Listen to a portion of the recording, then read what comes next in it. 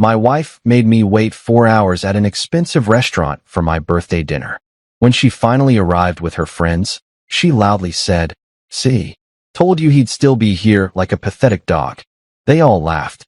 We'd been together 4 years, and I'd just paid off her parents' mortgage. I smiled, ordered another drink. This morning, my phone shows 278 missed calls and her belongings are in garbage bags at the dump. So here's how it all started. And trust me, the irony isn't lost on me that it began with water damage.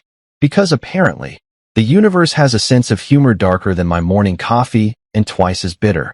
It was a Tuesday in March, and Mother Nature had decided to throw one hell of a tantrum the night before. I'm talking about the kind of storm that makes you question your life choices while you're lying in bed listening to what sounds like God himself rearranging the furniture upstairs. The wind was howling like a banshee with commitment issues, and the rain was coming down so hard it sounded like someone was power washing the building with a fire hose. I should have known something was wrong when I woke up to what I initially thought was the world's most persistent alarm clock. Turns out, it wasn't my phone buzzing on the nightstand. It was water dripping from my ceiling onto the hardwood floor with the rhythm of a really annoying metronome. Drip, drip, drip. Each drop landing with the precision of a Swiss watchmaker. Except instead of keeping time, it was keeping score of how royally screwed my security deposit was about to be. Picture this. Me, standing there in my boxer shorts and a faded college t-shirt that had seen better decades, staring up at a ceiling that looked like it had been through a blender. The paint was peeling in strips that hung down like sad party streamers, and there was a stain spreading across the white surface that looked suspiciously like the outline of either Florida or a very unfortunate birthmark. Water was cascading down in what I can only describe as an indoor waterfall experience that nobody asked for and certainly nobody wanted to pay for. I did what any rational adult would do in this situation. I stood there for a solid 5 minutes, coffee mug in hand, watching the disaster unfold like I was binge-watching a particularly depressing Netflix series. Then I grabbed every pot, pan, bucket, and Tupperware container I owned and turned my living room into what looked like a percussion section, having a nervous breakdown. That's when I called the building management, because apparently, I still had faith in the system back then. Cute, right? The guy on the phone. Let's call him Gary because he sounded exactly like every Gary who's ever disappointed you. Told me in the most monotone voice imaginable that they'd send someone over as soon as possible. In landlord speak, that translates to sometime between now and the heat death of the universe, but probably closer to the latter. 2 hours later, I'm sitting in my makeshift indoor rainstorm, working from my laptop because deadlines wait for no ceiling catastrophe, when there's a knock at my door. I opened it to find this contractor guy, built like he actually knew what tools were for, wearing work boots that had seen some serious action, and carrying a toolbox that looked like it could survive a nuclear apocalypse. His name tag said Tarek, and he had this apprentice with him who couldn't have been older than 22 and looked like he'd rather be literally anywhere else on the planet. Tarek took one look at my ceiling and let out this low whistle that somehow managed to convey both professional assessment and personal sympathy. "Well," he said, scratching his beard, "that's not supposed to be doing that. Thanks, Captain Obvious. Really earning that contractor fee. But here's where the story gets interesting. And by interesting, I mean where my life took a left turn into crazy town without so much as a GPS warning. I'm standing there explaining the timeline of my ceiling's mental breakdown to Tarek when I hear this voice from the hallway. "Holy crap, Adrian, did your apartment finally give up on life?" I turned around, and there she was, Sloan Martinez from 4B, holding an armload of towels and wearing this smile that was equal parts amused and sympathetic. She lived 2 doors down, and up until that moment, our relationship had consisted entirely of polite hallway nods and the occasional, nice whether we're having small talk that neighbors excel at. But there she was, looking at my disaster zone with these bright green eyes that seemed to find the whole situation genuinely entertaining rather than tragic. She was wearing jeans that fit like they were specifically designed for her, and a sweater that was probably more expensive than my monthly grocery budget. But she was standing in my doorway offering help like we'd been friends for years. "You look like a man drowning in his own apartment," she said, and I swear to God, the way she said it made it sound like a compliment. There was this hint of a smirk playing at the corner of her mouth, like she was letting me in on some private joke that only the two of us understood. And you know what? She was absolutely right. I did look like I was drowning. Not just in the literal sense of being surrounded by water and chaos, but in that particular kind of adult drowning where you're technically keeping your head above water, but you're definitely not swimming. I was treading water in a life that was functional, but not exactly thriving, managing, but not excelling, existing, but not really living. Sloan handed me the towels. Good towels, the kind that actually absorb water instead of just moving it around, and started helping me strategically place them around the worst of the damage. She had this way of moving through the chaos that made it seem manageable, like she'd dealt with ceiling disasters before, or maybe just had one of those personalities that made everything seem less catastrophic by default. This happened to my friend's place last year, she said, expertly positioning a towel to catch a particularly aggressive drip. The key is to not let it become a thing, you know? Just another Tuesday adventure. She said it with this casual confidence that made me believe her, like she'd appointed herself the official spokesperson for turning disasters into anecdotes. While Tarek and his reluctant apprentice started doing whatever magic contractors do to fix ceiling situations, Sloan and I found ourselves in my kitchen, which was the only room not currently impersonating a water park.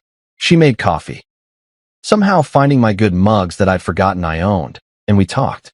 Really talked, not the superficial neighbor chit-chat I was used to. She told me about her job at some marketing firm downtown, how she was working on campaigns for restaurants and local businesses, trying to help them find their voice in a crowded market. The way she talked about it, you could tell she actually cared about what she did, that it wasn't just a paycheck, but something she was genuinely invested in. She had opinions about everything. Which coffee shops had the best atmosphere for working, why certain restaurants succeeded while others failed, how the city was changing and whether that was good or bad. I found myself talking more than I had in months, telling her about my job as a project coordinator for a mid-sized construction company. It sounds boring when you say it like that, and honestly, most days it was. I spent my time managing schedules, coordinating between different teams, making sure projects stayed on track and on budget. I was good at it, really good, actually, but it wasn't exactly the kind of work that made for exciting dinner party conversation. But Sloan listened like it was fascinating. She asked questions that made me realize I actually knew more about what I did than I gave myself credit for. She wanted to know about the biggest projects I'd managed, what happened when things went wrong, how I dealt with difficult clients and impossible deadlines. By the time Tarek announced that my ceiling was no longer an active water feature, I felt like I'd been reminded of who I was supposed to be. You should come by for dinner sometime, she said as we were cleaning up the towels and relocating my percussion section of water-catching containers. I make a mean pasta dish, and my kitchen actually has a ceiling that stays where it's supposed to. And that was it. That was the moment. Not dramatic, not earth-shattering, just a simple invitation delivered with that same slightly sarcastic smile that had greeted my ceiling disaster. I said yes before I'd even processed the question fully, because when someone like Sloan notices you, really notices you, not just the polite neighbor acknowledgement, but actual interest, you don't stop to analyze the lighting. You just bask in the warmth and try not to think too hard about what happens when the sun goes down. Looking back now, with all the wisdom that comes from spectacular relationship failure and the kind of hindsight that's sharper than a surgical scalpel, I can see all the things I should have noticed. But at the time, standing in my damp apartment with this beautiful, charming woman who'd turned my disaster into something that felt like the beginning of an adventure, I wasn't looking for red flags. I was just grateful that someone had shown up with towels and a sense of humor when my world was literally falling apart. Because here's the thing about meeting someone during a crisis. They feel like the solution, even when they're actually just another kind of problem wearing a prettier outfit. 8 months later, I learned that temporary is just another word adults use when they want to lie to themselves about making permanent decisions. Kind of like how we need to talk never actually means we need to talk. It means someone's about to get their emotional teeth kicked in. But hey, at least we're being civilized about it. It started with what I now recognize as the classic relationship bait and switch. Though at the time I was too busy being flattered by the attention to notice I was being played like a fiddle at a bluegrass festival.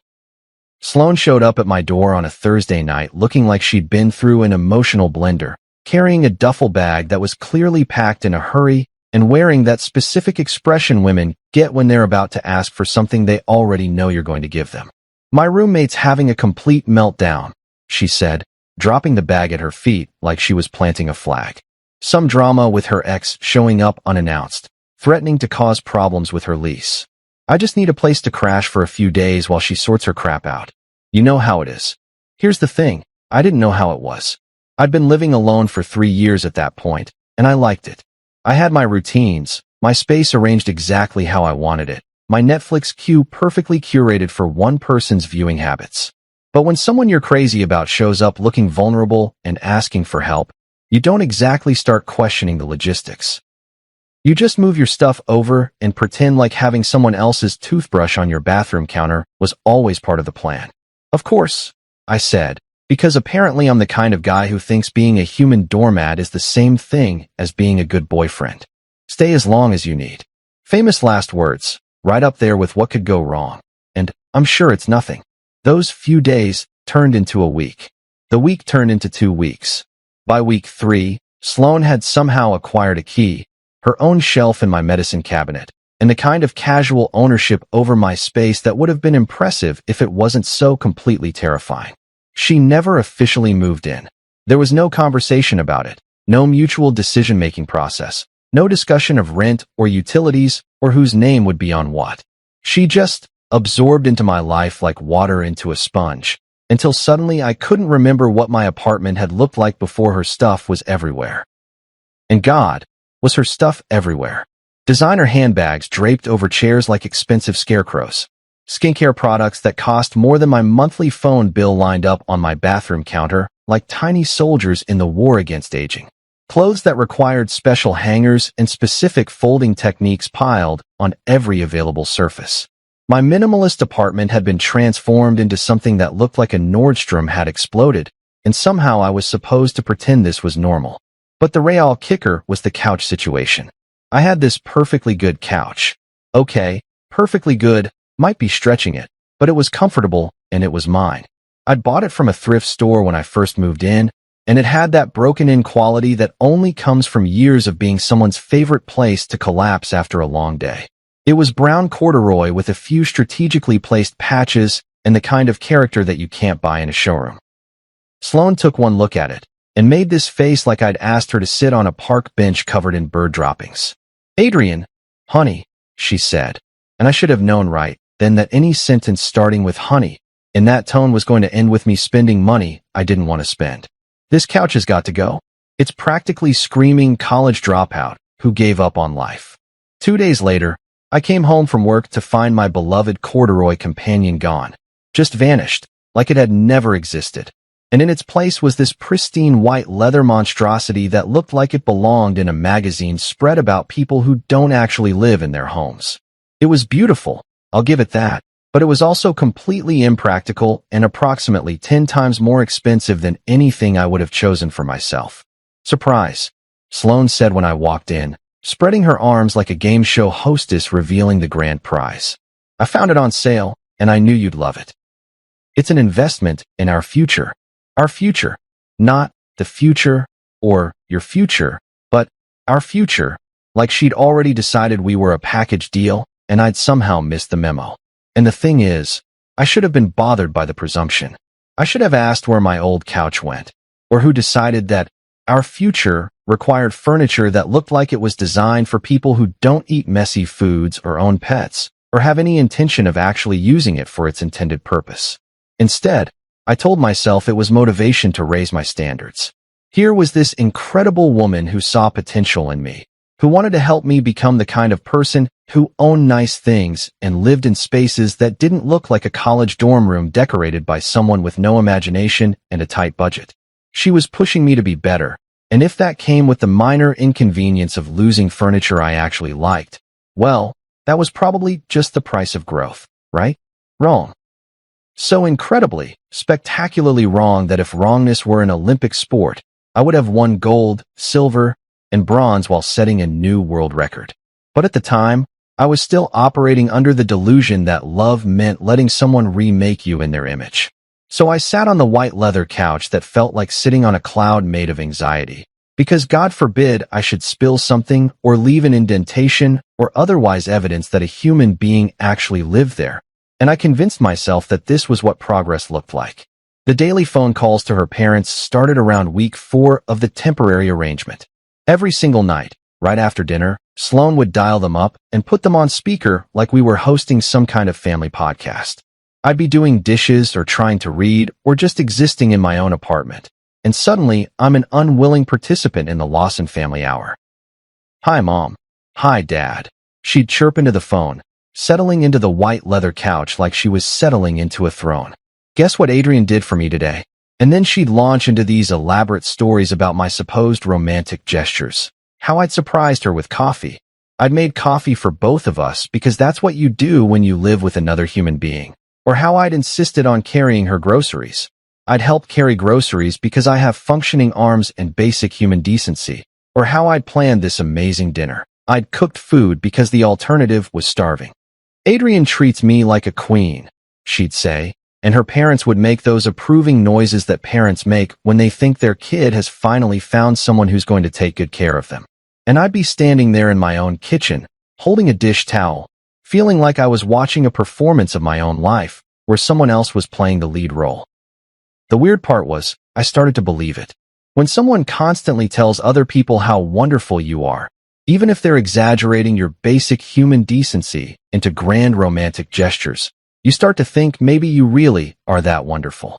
Maybe I was the kind of guy who treated women like queens. Maybe I was boyfriend material after all. Then came the Friday night invasion. Sloane's best friends, Trent, Harper, and Naya, had apparently decided that my living room was their new favorite hangout spot. Every Friday, like clockwork, they'd show up with bottles of wine that cost more than my monthly streaming subscriptions combined and an expectation that I'd provide food, entertainment, and a clean space for them to hold court. Trent was one of those guys who managed to make everything sound like a critique disguised as a compliment. "Adrian, this pasta is actually pretty decent," he'd say, like he was surprised I could operate a stove without burning the building down. "You're like a little housewife, but with less complaining." Harper was the queen of backhanded observations. "It's so cute how you just let Sloane redecorate everything," she'd say, gesturing at my transformed living space with her wine glass. "Most guys would be all territorial about their stuff, but you're just so adaptable." And Naya, sweet Naya, who seemed nice enough, but had this way of asking questions that felt like tiny interrogations. "How long have you two been together now? It feels like you've been together forever. Are you thinking about making it official? You know, like really official?" I'd cook for them. Pasta, stir-fry, whatever I could manage on a project coordinator's budget stretched to feed 5 people instead of 1.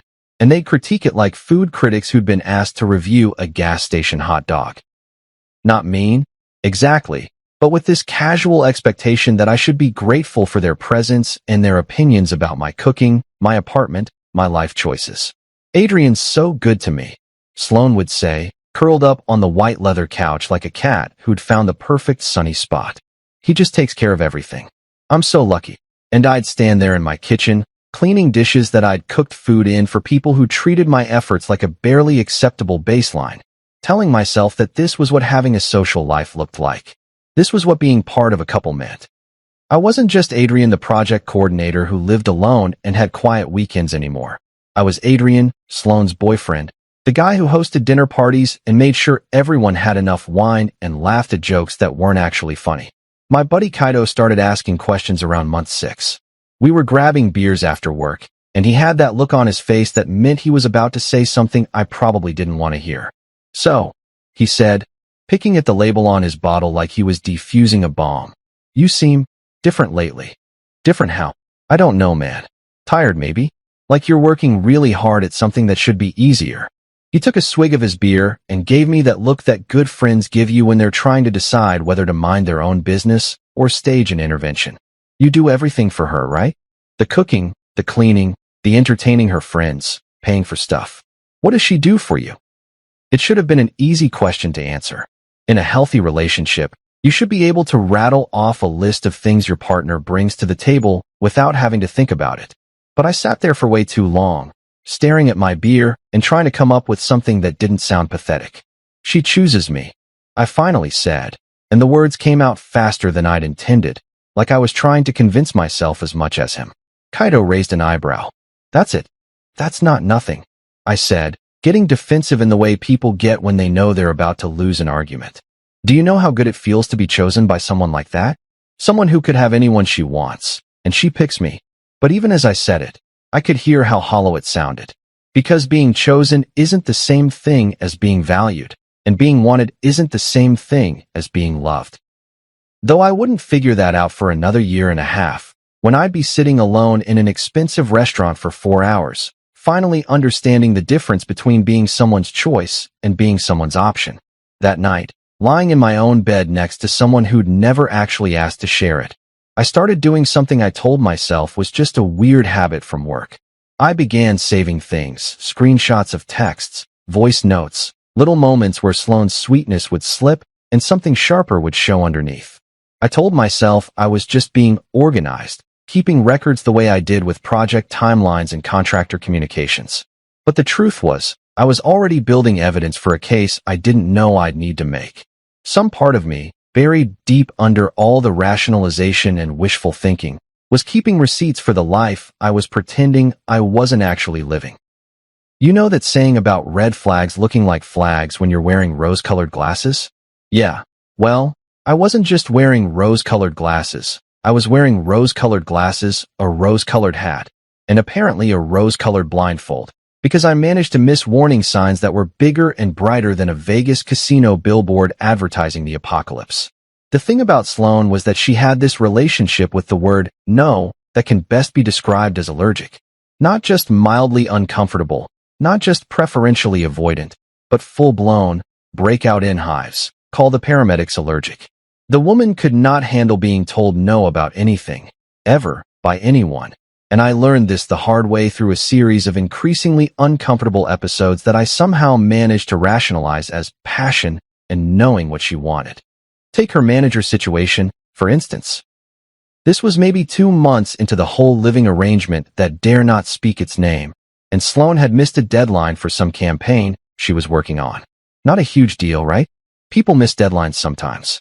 Life happens, priorities shift. Sometimes the dog eats your homework and you're stuck explaining to your boss why the quarterly marketing report looks suspiciously like chew toy remnants. But instead of just owning up to it like a functional adult, Sloane decided that the appropriate response was to record a 2-minute voice note that she sent to her manager at 11 o'clock at night. And because we were sharing our lives now, she played it for me like she was sharing a particularly amusing TikTok video. Marcus. The recording began, and I could already hear the venom dripping from her voice like honey mixed with battery acid. I got your email about the deadline, and honestly, I'm pretty disappointed in your leadership style right now. Calling out a team member for missing one tiny deadline when the client keeps changing their mind every 5 seconds makes you look like a clipboard clown who cares more about checking boxes than actual results. A clipboard clown. She called her manager, her boss, the person who signs off on her paychecks and performance reviews, a clipboard clown.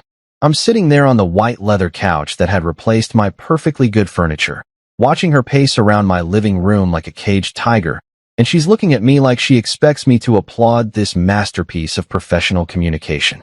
Can you believe he had the audacity to question my time management? She said, flopping down next to me with the dramatic flair of someone who'd just survived a great injustice.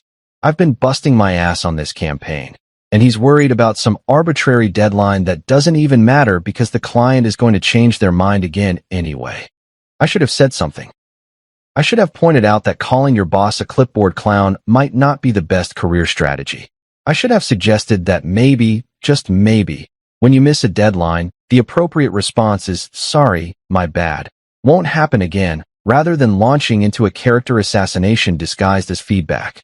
Instead, I said something like, that does sound frustrating, because I was still operating under the delusion that being supportive meant agreeing with everything she said, even when what she said was completely insane.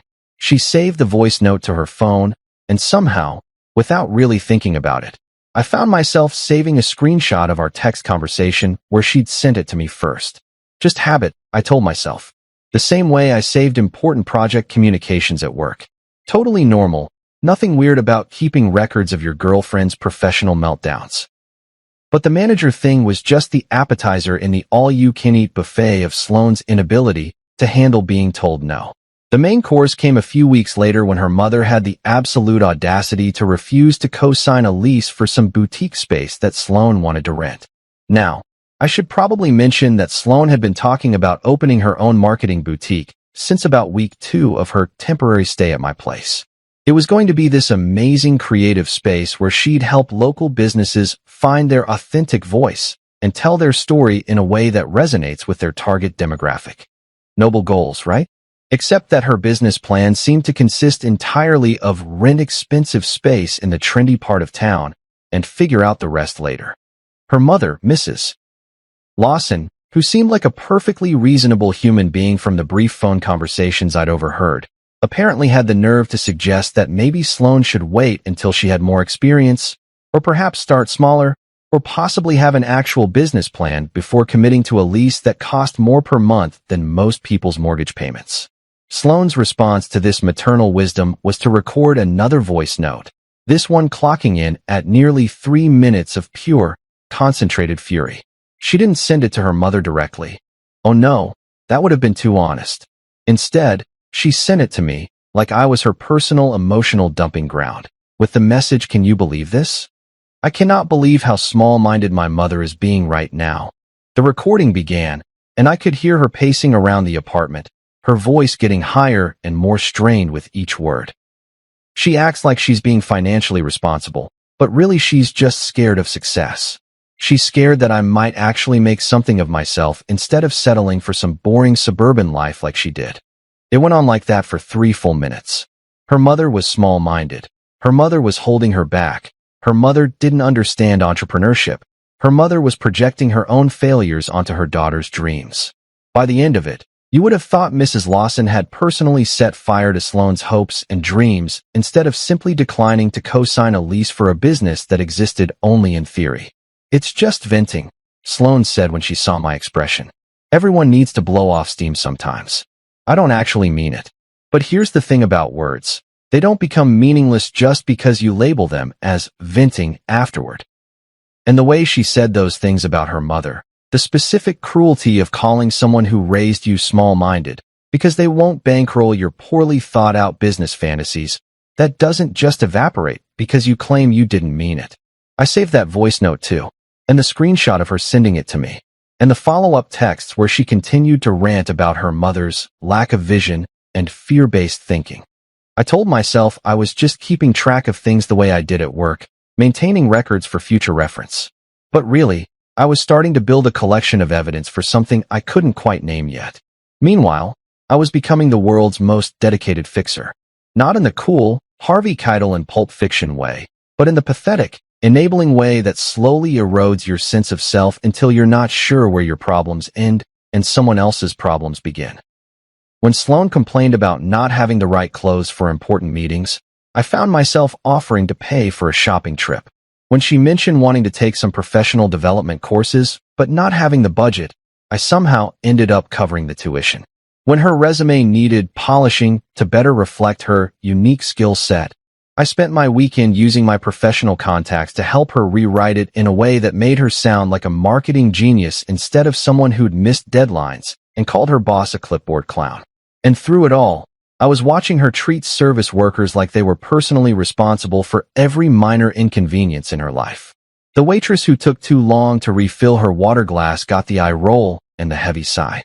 The barista who made her latte with regular milk instead of oat milk got a lecture about attention to detail.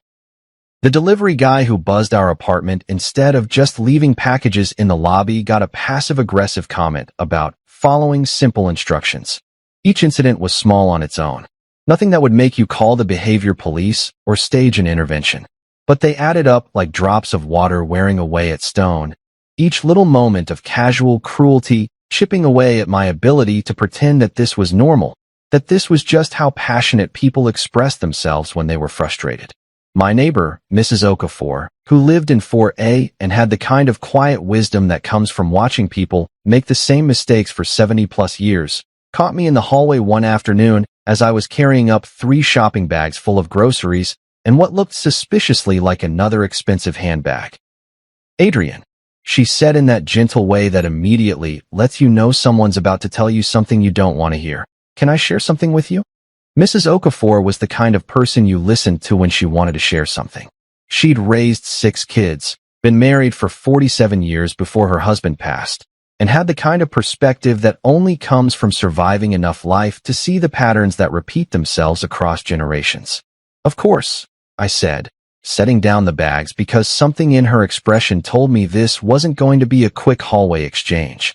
A person who despises small people will never treat big love kindly, she said, and the words hit me like a gentle slap to the face. The way someone treats a waitress, or a delivery person, or their own mother when they think no one important is watching, that's who they really are, not the performance they put on for people they want to impress.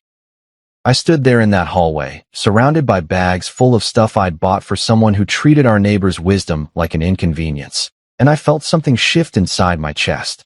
Not enough to change anything, not yet, but enough to plant a seed of doubt that would eventually grow into something I couldn't ignore.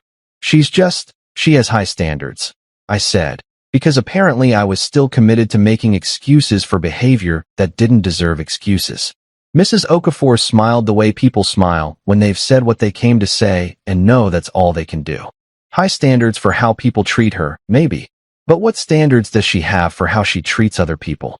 I picked up those shopping bags and carried them upstairs to my apartment that no longer felt quite like mine, where Sloane was waiting to tell me about her day and all the various ways the world had failed to meet her expectations. I put away groceries I'd bought, organized them in cabinets that housed dishes I washed and cookware I used to make meals for people who critiqued my efforts like they were doing me a favor by eating them. And that night, as I was putting away the expensive handbag that was apparently necessary for some networking event that would advance her career, I found myself wondering when caring for someone had started to feel like a part-time job I hadn't applied for but couldn't quit. I was still saving the voice notes, the screenshots, the little pieces of evidence that painted a picture I wasn't ready to look at directly. My phone had become an archive of red flags that I kept folding up and putting away like laundry, telling myself I'd deal with them later, when I had time, when it was convenient, when I could figure out what they meant. But deep down, in the part of my brain that was still functioning independently of my heart's misguided optimism, I was starting to understand that I wasn't collecting these things randomly.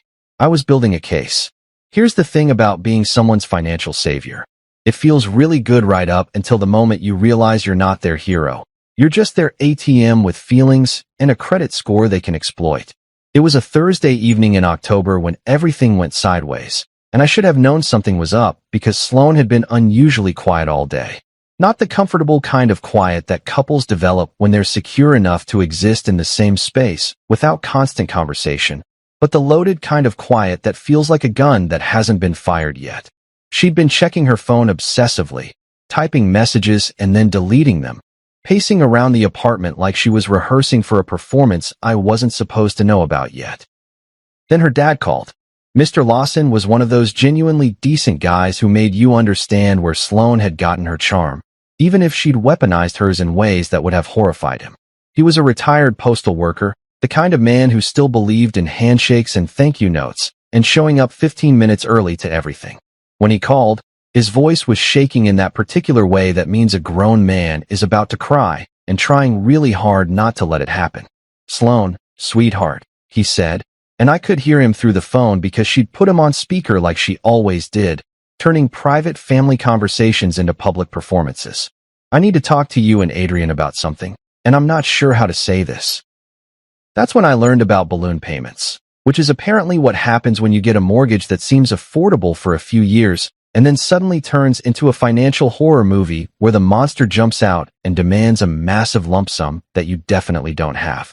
The Lawsons had bought their house 12 years ago with one of those adjustable rate mortgages that seemed like a good idea at the time.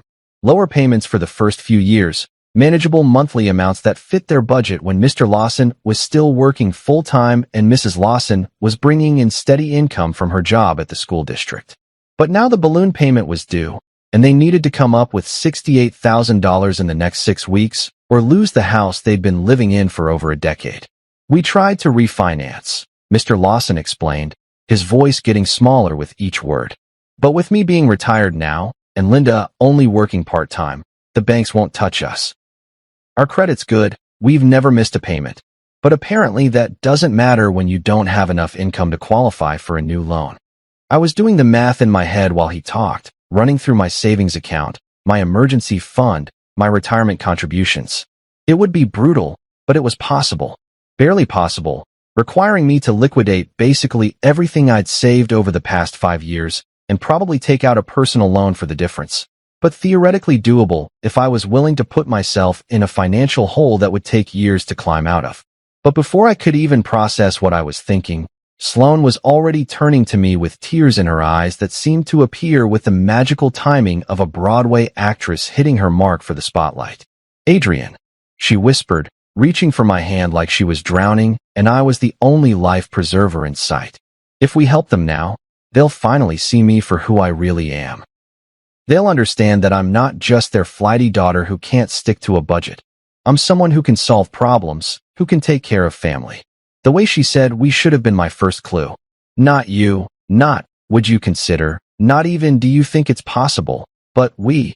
Like my bank account had somehow become community property during the Great Couch Replacement incident, and I'd missed the memo about joint finances.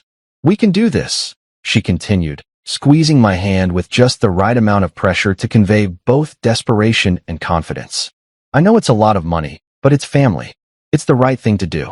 And imagine how good it will feel to know we saved their home." There it was again. "We." Like she was going to be writing half the check. I looked at Mr. Lawson's face on the phone screen, saw the shame and fear and desperate hope all mixed together, and I made the kind of decision that feels noble and selfless right up until you realize you've been played like a cheap guitar at a pawn shop. "Let me run the numbers," I said, and I spent the next 2 hours figuring out exactly how to destroy my financial stability in service of someone else's family emergency. The math was ugly.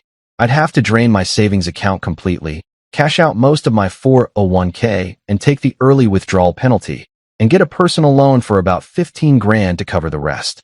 It would set me back years in terms of retirement savings, cost me thousands in penalties and taxes, and leave me with basically no financial cushion for emergencies.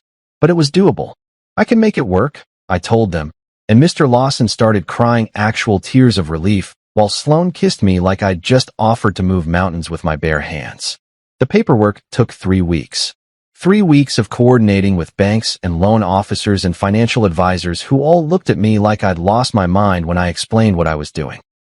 3 weeks of Sloane telling everyone who would listen about how her amazing boyfriend was saving her parents' house, how I was stepping up to be the kind of man who took care of family, how lucky she was to have found someone with such a generous heart. When the check finally cleared and the Lawsons officially owned their house free and clear, Mrs. Lawson hugged me so tight I thought she might crack one of my ribs. "You gave us years of breathing," she whispered in my ear, and for a moment, it felt like maybe I'd done something genuinely good with my life. Mr. Lawson shook my hand with both of his, looking at me like I'd personally delivered him from financial ruin, which I guess I had. "I don't know how we'll ever repay you for this," he said, and I could see that he meant it, that he was already trying to figure out ways to show his gratitude that would somehow match the magnitude of what I'd done. "You don't need to repay me," I said, because at that moment, seeing their relief and joy, it felt like the truth. "We're family now." But here's where the story takes a left turn into the kind of territory that makes you question everything you thought you knew about the person sharing your bed. The very next day, literally 24 hours after I'd signed over the better part of my financial future to save her parents' house, Sloane was having drinks with Trent, Harper, and Naya at some trendy rooftop bar that charged $18 for cocktails that came in mason jars. And because she'd started including me in the group text thread where they planned their outings, I got to read in real time as she described my mortgage heroics to her friends. "Adrian finally did the bare minimum for family," she wrote, and I had to read that sentence 3 times before it sank in. The bare minimum. $68,000, and the complete destruction of my financial security was the bare minimum. "Honestly, it took him long enough to step up," she continued. "I was starting to think he wasn't serious about us, but I guess better late than never." Trent's response was a series of laughing crying emojis followed by, "Maybe next time he'll spring for a second house, so they can have a vacation home too." Harper added, At least now you know he's not completely selfish. Progress. And Naya, sweet oblivious Naya, chimed in with, "That's so romantic. Nothing says true love like a mortgage payment." They were all laughing. About my financial sacrifice. About the fact that I gutted my savings account to help people I barely knew because the woman I loved had asked me to. About the bare minimum gesture of giving away money I'd spent 5 years saving. I sat in my apartment. The same apartment where Sloane was living rent-free, eating food I bought, sleeping in a bed I paid for, and I stared at that group text until the words started to blur together. I screenshotted the whole conversation and saved it to the growing folder on my phone that I was still pretending wasn't evidence of anything important. That night, when Sloane came home smelling like expensive cocktails and overpriced appetizers, she curled up next to me on the white leather couch and told me about her evening. "The girls are so impressed with what you did for my parents," she said, running her fingers through my hair like she was petting a dog that had performed a particularly clever trick. "They said I'm really lucky to have found someone so generous." I wanted to ask her about the bare minimum comment. I wanted to know how $68,000 qualified as taking too long to step up. I wanted to understand how my financial sacrifice had been transformed into a story about her good fortune in finding someone who would eventually do what was expected. Instead, I said something like, "I'm glad they approve," because I was still operating under the delusion that keeping the peace was the same thing as keeping the relationship. But late that night, lying next to someone who described my most generous act as barely adequate, I started to understand that I wasn't building a life with someone who valued my contributions. I was funding a lifestyle for someone who saw my sacrifices as the entry fee for the privilege of her company. The mortgage payment had felt like love in action. Turned out, it was just the cover charge for a show where I'd never be anything more than the guy in the audience, applauding someone else's performance of my own life. So here's how my birthday dinner became a masterclass in public humiliation, served with a side of expensive wine that I got to pay for while being roasted like a Thanksgiving turkey in front of a restaurant full of strangers. It started 3 weeks before the actual day, when Sloane announced that she was planning something really special for my 31st birthday. Not asked if I wanted something special, not suggested we might do something nice together, but declared with the authority of someone who'd appointed herself the director of my life events that she was taking charge of the celebration. "I've been thinking," she said, curled up on the white leather couch that had replaced my actual personality.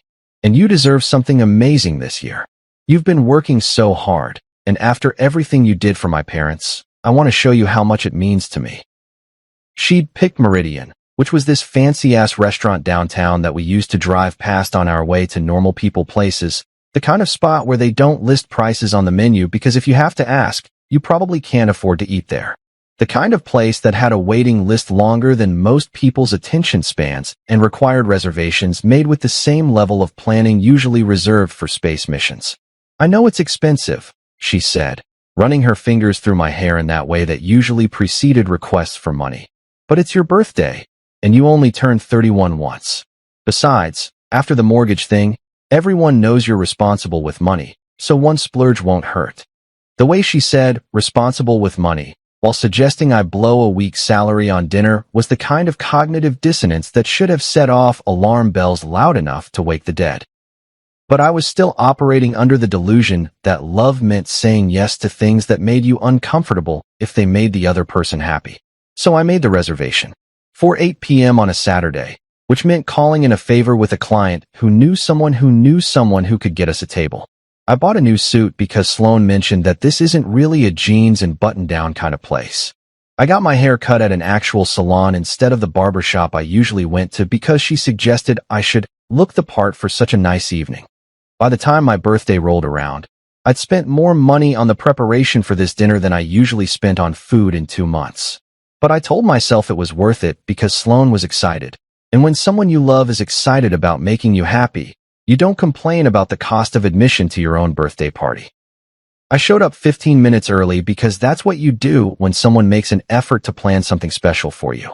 I wore the new suit, complete with the tie Sloane had picked out, and I felt like I was playing dress-up as the kind of person who belonged in places like Meridian.